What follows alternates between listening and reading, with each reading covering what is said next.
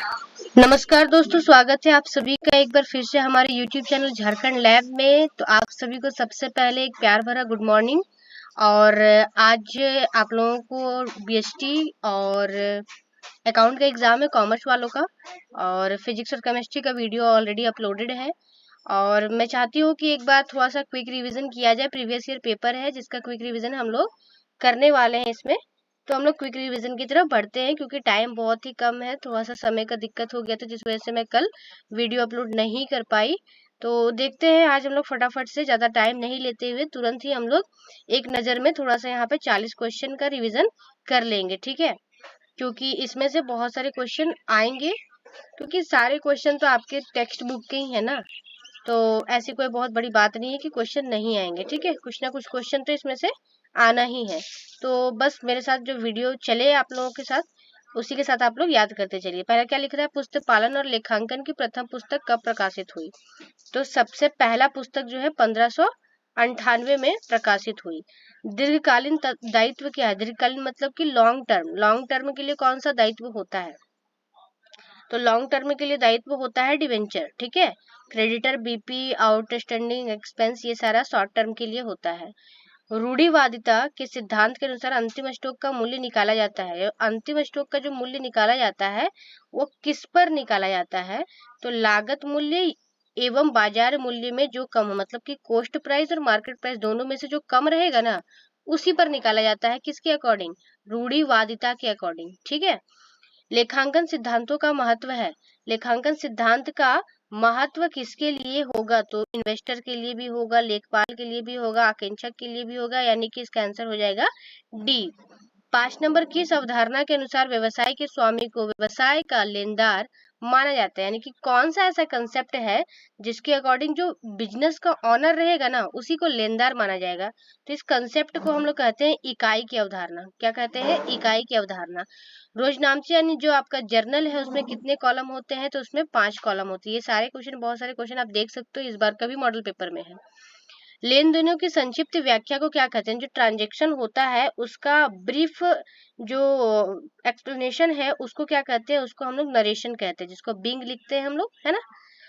रोकड़ बही के नगद खाने का शेष सदैव होता है, यानी the balance of cash column. Cash column का बैलेंस क्या हो सकता है, कैश कॉलम का बैलेंस जो है आप लोगों का, ये हमेशा डेबिट होता है, ठीक है।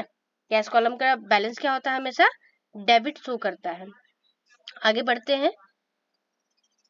इन sales book record is made, मतलब जो सेल्स बुक होता है उसमें क्या लिखा जाता है, तो सेल्स बुक है तो जाहिर सी बात है किस बारे में लिखा होगा, कि जो भी सेल उधार हुआ है, जो कैश में होता है उसको ट्रांजेक्शन लिखने का कोई मतलब नहीं है सेल्स बुक में।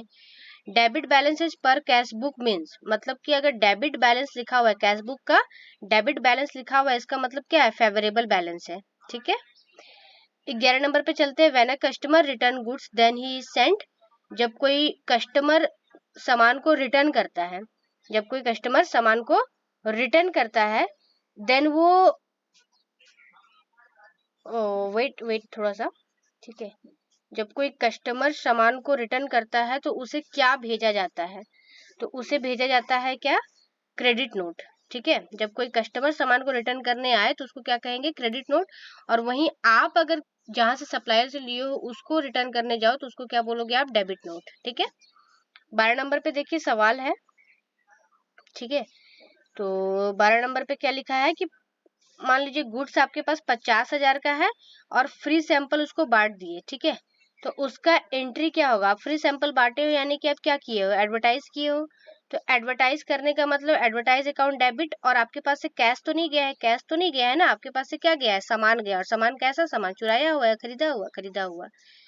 तलपट किस प्रकार की शुद्धता को दर्शाता है, तलपट किस प्रकार की शुद्धता को दर्शाता है, अर्थमेटिकल यानी कि गणितीय शुद्धता को दर्शाता है। सैद्धांतिक थोड़े बता पाएगा। ट्रायल बैलेंस, ट्रायल बैलेंस क्या है, तो ट्रायल बैलेंस क्या है, एक स्टेटमेंट है। ट्रायल बैलेंस क्या है, एक स्टेटमेंट है। 15 नंबर पे बात करते हैं। If good sold to Rajan 2900 but recorded in sales book 9200, then ये किस टाइप का एरर होगा, ये किस टाइप का एरर होगा, एरर ऑफ कमीशन नहीं होगा, अशुद्धि, अशुद्धि तो ठीक है बट ये कमीशन शायद गलती लिखा है, तो ये हिसाब की अशुद्धि हो जाएगी, ठीक है। आगे देखिए 16 नंबर पे, depreciation is a process of, depreciation किस चीज का प्रोसेस है? तो डेप्रिसिएशन आप लोगों के लिए allocation of cost of asset to its useful life, मतलब कि संपत्तियों की लागत को उसकी उपयोगी जीवन में बांटने का क्या है, एक प्रोसेस है। Decline in the value due to obsolescence means, यानी कि अपरचलन के कारण मूल्य में कमी का क्या अर्थ है? अपरचलन के कारण मूल्य में कमी है, यानी कि अब वो फैशन में नहीं है। इसका मतलब क्या होता है कि नव निर्माण हो गया है या नया नया आविष्कार हो गया। 18 नंबर पे देखिए एक न्यूमेरिकल है, एक मशीन है जिसको खरीदा गया है 20,000 में और डेप्रिसिएशन 20% चार्ज है और WDV मेथड पे है, तो थर्ड ईयर पे डेप्रिसिएशन क्या होगा? तो आप लोग को पहले 20,000 का 20% निकालना होगा, फिर जितना आएगा, ठीक है, उसको घटा करके फिर उसका 20% और लास्ट में एक बार और 20% निकालना होगा, देन जाकर के आप लोग का आंसर आ जाएगा डी नंबर 10,240, क्योंकि WDV है। सेम मेथड अगर स्ट्रेट लाइन रहता तो 20,000 गुने क्या करते, 20,000 गुने 20/100 करते और गुने 3 कर देते, ठीक है। प्रोविजन 19 नंबर पे क्या है? प्रोविजन। तो प्रोविजन क्या है? Charge against profit, charge against profit है। Recovery of bad debts, bad debts का अगर रिकवरी होता है तो ये एक तरह तो प्राप्ति हम लोगों को मिला, बट ये किस तरह का प्राप्ति है? रेवेन्यू रिसिप्ट है, ठीक है, इससे मेरा कैपिटल नहीं बनता है। अब bill of exchange in dash instrument, bill of exchange जो है वो कैसा इंस्ट्रूमेंट है? अनकंडीशनल, इसमें कोई शर्त नहीं होता है, ऑर्डर होता है। विनिमय बिल में पत्रकार होते हैं, विनिमय बिल में कितने पत्रकार होते हैं? ड्रोवर जो बिल लिखता है, ठीक है, ड्रोई जो एक्सेप्ट करता है यानी कि जो कस्टमर होता है, और पेई जिसको पेमेंट किया जाता है, जो पे करता है नहीं, जो जिसको पेमेंट किया जाता है। आंसर इसका हो जाएगा D number. Noting charge are paid by the holder of the bill but is recovered from, मतलब नोटिंग चार्ज जो है वो पेड किया जाता है होल्डर ऑफ बिल के द्वारा, ठीक है, बट इसका रिकवरी कहाँ से होता है? तो इसका रिकवरी हो जाएगा ड्रोई से, ठीक है। 24 नंबर पे चलते हैं। अड्रो ए जो है वो बी पर एक बिल लिखा, ए जो है वो क्या किया, सी को दे दिया, तो अब पेई कौन बना? पेई मतलब पेमेंट अब कौन लेगा? बिल किसके पास है? सी के पास, तो पेमेंट कौन लेगा?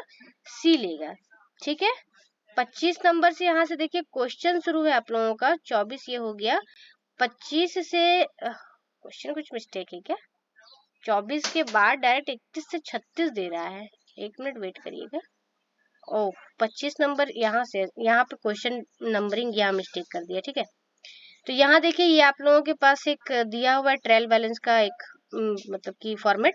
अब यहाँ पूछ रहा है कि नेट परचेज बताइए क्या होगा। तो देखिए यहाँ पे परचेज क्या है, परचेज यानी डेबिट वाला अमाउंट 60,000 और रिटर्न देखिए कुछ दिया होगा, तो परचेज रिटर्न क्या होगा? जाएगा, यानी 2,000, तो 60 में 2 गया तो कितना बचेगा आप लोग के पास? 58,000। तो 25 का क्या हो जाएगा? C number.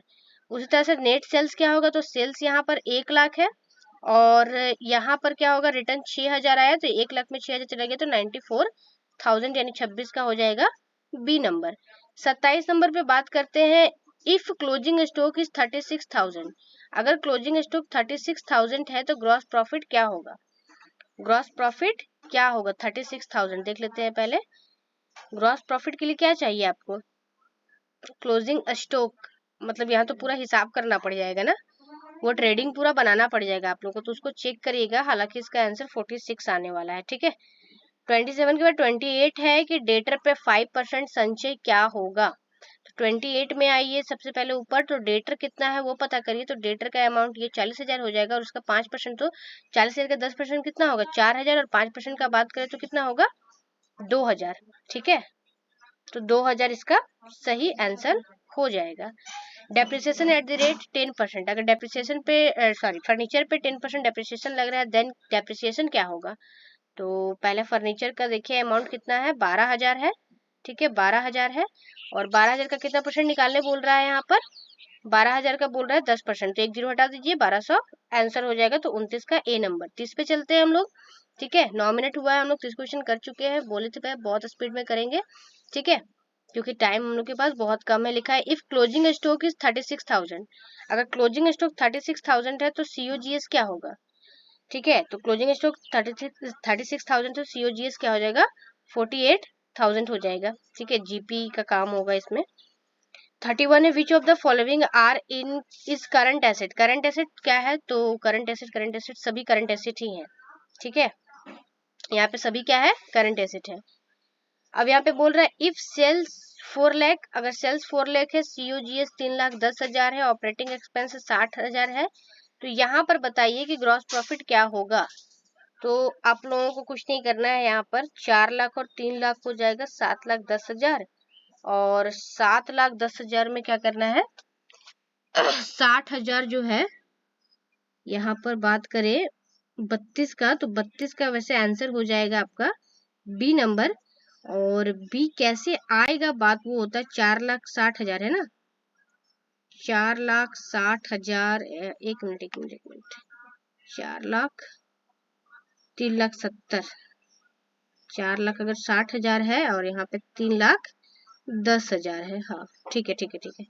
यानी आपको क्या करना है, सेल्स और ऑपरेटिंग एक्सपेंस को ऐड करना है और उसमें COGS को घटा देना है, आपका आंसर आ जाएगा। ठीक है, नहीं मे भी मैं कुछ गलत कर रही हूँ इसमें, बट इसका आंसर देख लीजिए, बी नंबर हो जाएगा। ठीक है, 32 का आंसर हो जाएगा बी नंबर, 90,000 होगा।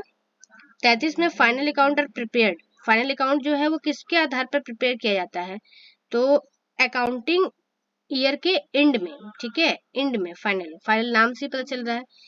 लिखा है carriage and freight on goods purchase is shown as, यानी कैरियज वगैरह जो है वो कहाँ ऊपर डायरेक्ट एक्सपेंस होता है, इसलिए ट्रेडिंग अकाउंट में शो होगा। विच of the following is not an input device, input device कौन सा नहीं, यानी किसके द्वारा हम लोग इन्फॉर्मेशन नहीं भेजते बल्कि हम लोग को रिसीव होता है। ठीक है, तो ये कौन सा हो जाएगा, मॉनिटर। मॉनिटर पे कुछ हम लोग इन्फॉर्मेशन भेज सकते हैं क्या, नहीं ना। विच of the following is said be the brain of computer, brain of computer किसको कहते हैं, CPU को कहते हैं। बाइनरी, बाइनरी में 2 ही डिजिट होता है, 0 और 1। विच quality should be in accounting report, accounting report में कौन सा क्वालिटी होना चाहिए, तो अकाउंटिंग रिपोर्ट में रिलीवेंस, एक्यूरेसी, कंप्लीटेंस सभी होना चाहिए। 39 पे चलते हैं कि DBMS क्या है। ठीक है, कैसा उपकरण है ये, तो ये हो जाएगा आपका मतलब ये फाइल मैनेजर का भी काम करता है और एक तरह से डाटा डिक्शनरी का भी काम करता है, तो डी इसका राइट आंसर हो जाएगा। SQL का फुल फॉर्म क्या है, तो स्ट्रक्चर्ड क्वेरी लैंग्वेज। ठीक है, तो ये पूरा का पूरा 40 क्वेश्चन हुआ। ठीक है, अकाउंट के एक बार इसको रिवीजन करके जरूर से जाइएगा आप लोग। ठीक है, क्योंकि बहुत सारे क्वेश्चन जो है वो इसमें रिलेवेंट लगा मुझे, और इसके बाद मैं BST का भी आप लोगों के लिए तैयार करूंगी। ठीक है, थैंक यू फॉर वॉचिंग।